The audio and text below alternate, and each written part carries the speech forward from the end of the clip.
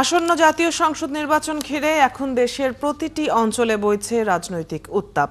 নানা ভাবনায় ব্যস্ত সাধারণ ভোটাররা।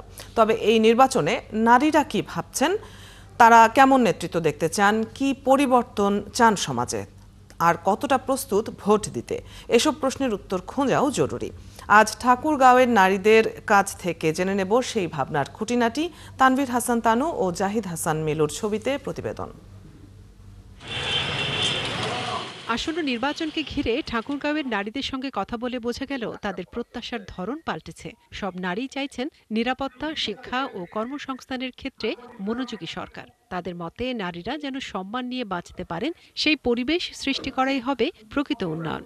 এছাড়া রাজনীতিতে নারীদের অংশগ্রহণ ও সুযোগ বাড়ানোর দাবি সাধারণ নারী ভোটারদের। স্বপ্ন পূরণের পথে পিরিয়ড যেন কোনো বাধা না হয়। Freedom sanitary napkin. ফ্রিডম মানে স্বাধীনতা। প্রথমত আমাদের স্বাধীনভাবে চলতে দেওয়া হয় না, এটা একটা বাধার সম্মুখীন। তাদের নিরাপত্তা দেওয়া হয় না। সার্বিকভাবে বাস্তবায়ন সব ঠিকঠাক ভাবে হয়, প্রত্যেকজন প্রত্যেকের মত প্রকাশ করতে পারে ভোটের মাধ্যমে। 1 বছর আগেই ভোট আমার হয়েছে, কিন্তু আমি আশঙ্কার কারণে, ভয়ের কারণে ভোট দিতে যাইনি বা ভোট দিতে পারিনি। অন্যদিকে কর্মজীবী নারীরা বলছেন আইনশৃঙ্খলা পরিস্থিতির উন্নয়ন ছাড়া সুষ্ঠু নির্বাচন সম্ভব নয়। তারা চান এমন নেতৃত্ব আসুক যারা সব নাগরিকের অধিকার নিশ্চিত করবে এবং আইনশৃঙ্খলা বাহিনী যেন সত্যিকার অর্থে জনগণের পাশে থাকে। আইন সহায়তা কর্মীগুলোকে আমরা আমাদের পাশে পাইনি। আমরা চাই সুষ্ঠু ও নিরপেক্ষ নির্বাচনের মাধ্যমে আইন শৃঙ্খলা যেন সচেতন হয়, আমাদের নাগরিকদের যেন পাশে থাকে, আমরা যেন ডাকলেই তাদের কাছে সহায়তা পাই।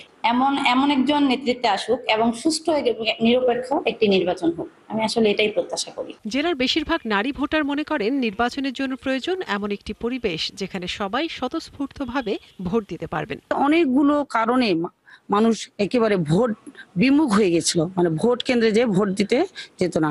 তা আমি আশা করব বর্তমান প্রজন্মের কাছে আমার প্রত্যাশা যে আমরা আগামী যে ভোটটি হবে সে ভোট কেন্দ্রে যেন মানুষ স্বতঃস্ফূর্তভাবে যে ভোট দিতে পারে।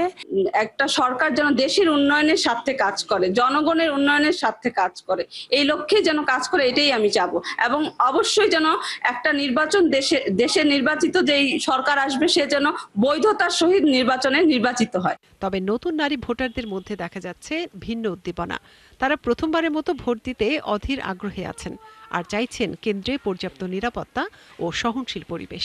আশা করা যায় এবার ভোটে সবকিছু সুশৃঙ্খল ভাবে মেনে নিয়ে, সব নিয়ম মেনে নিয়ে স্বাধীনভাবে ভোটটা হবে। জেলার নারীরা মনে করেন তাদের চিন্তা, আশা আর অংশগ্রহণ আগামী জাতীয় সংসদ নির্বাচনে দিতে পারে এক নতুন বার্তা। মনিরা কাজুরি, ৭১।